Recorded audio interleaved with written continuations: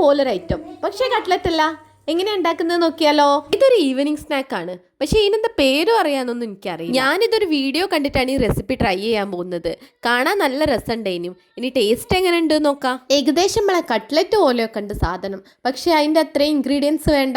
Easy ആയിട്ട് ഉണ്ടാക്കി എടുക്കുകയും ചെയ്യാം. ഇങ്ങനെ കഥ പറഞ്ഞു നിന്നാ പോരല്ലോ, നമുക്ക് സാധനം ഉണ്ടാക്കണ്ടേ. ആദ്യം തന്നെ എന്താ ചെയ്യേണ്ടതെന്ന് വെച്ചാൽ കുക്കറിൽ ഉരുളക്കിഴങ്ങ് വെച്ചിട്ട് നന്നായിട്ടൊന്ന് പുഴുങ്ങിയെടുക്കുക. പുഴുങ്ങിയെടുത്ത് ഉരുളക്കിഴങ്ങ് നന്നായിട്ടൊന്ന് ഉടച്ചെടുക്കുക. അതിലേക്ക് മുളക് പൊടി, കുരുമുളക് പൊടി, പിന്നെ മല്ലിച്ചപ്പ്, ഉപ്പ് ഇതൊക്കെ ചേർക്കുക. ഇത് മാത്രം പോരാട്ടോ, കുറച്ച് കോൺഫ്ലോറും കൂടി ചേർക്കണേ. അതിനുശേഷം ഇതെല്ലാം കൂടി നന്നായിട്ടൊന്ന് മിക്സ് ചെയ്തെടുക്കുക. മിക്സ് ഒക്കെ ചെയ്ത് വെച്ച സാധനം അവിടെ നിന്നോട്ടെ. ഇനി അടുത്തതായിട്ട് വേറൊരു പാത്രം എടുത്തിട്ട് അതിലേക്ക് ഒരു മുട്ട പൊട്ടിച്ചൊഴിക്കുക. ഒരിത്തിരി ഉപ്പും കൂടി ചേർത്തോളാണ്ട് അതും നല്ലോണം ഇളക്കി സെറ്റാക്കി വെക്കുക.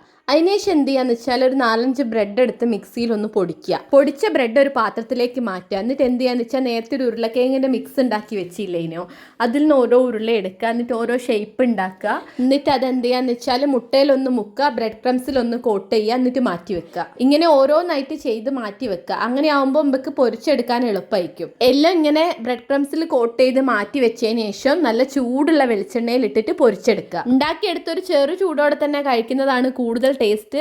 ഏകദേശം നമ്മളെ കട്ട്ലറ്റിൻ്റെ ഒക്കെ ഒരു ടേസ്റ്റാണ്. പുറമെ നല്ല ക്രിസ്പി, ഉള്ളിൽ നല്ല ജ്യൂസി ആയിട്ടുള്ള ഒരു അടിപൊളി പലഹാരമാണ്. എളുപ്പത്തിൽ ഉണ്ടാക്കിയെടുക്കുകയും ചെയ്യുക. എല്ലാവരും ഒന്ന് ട്രൈ ചെയ്ത് നോക്കണേ. ഉള്ളിയും മറ്റ് വെജിറ്റബിൾസ് ഒന്നും വഴറ്റാണ്ട് തന്നെ എളുപ്പത്തിൽ കട്ട്ലറ്റിൻ്റെ അതേ ടേസ്റ്റിൽ നമുക്ക് ഇത് ഉണ്ടാക്കിയെടുക്കാം കേട്ടോ. പിന്നെ ഇതുപോലൊരു വലിയ പാത്രം എടുക്കുന്നതെന്ന് വെച്ച് കഴിഞ്ഞാൽ നമുക്ക് 2-3 ബാച്ചാക്കി വേഗം തന്നെ ഉണ്ടാക്കി എടുക്കുകയും ചെയ്യാം.